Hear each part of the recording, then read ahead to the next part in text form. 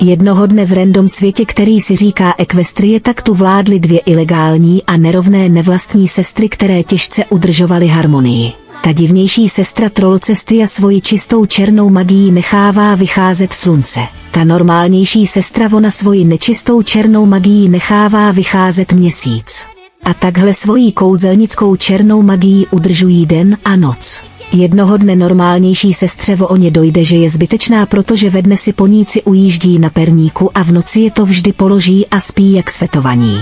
A takhle jednou odmítne, aby to měsíc lívnul a nechá ho pořád na obloze. Trollcestia chce, aby to udělala, ale ona ji pošle do prdele. A změní se na noční ilegální můru. A poníci na kreku neví, jaká by je. Trollcestia musela zasáhnout a proto vzala nejmocnější kameny, a to Thanosovy kameny, které použila úspěšně proti ní a nechala ji zmizet konkrétně na měsíc, kde doteď felí. A vzala si její job a opět nastolila nediktátorský režim, kdy se střídá den s nocí a všichni poníci byli šťastní a oslavili to ve velkém, až se sfetovali jak psi. Ty vole, to byl příběh, ale něco mi říká, že jsem tuhle sračku někde slyšela, ale kde ty vole?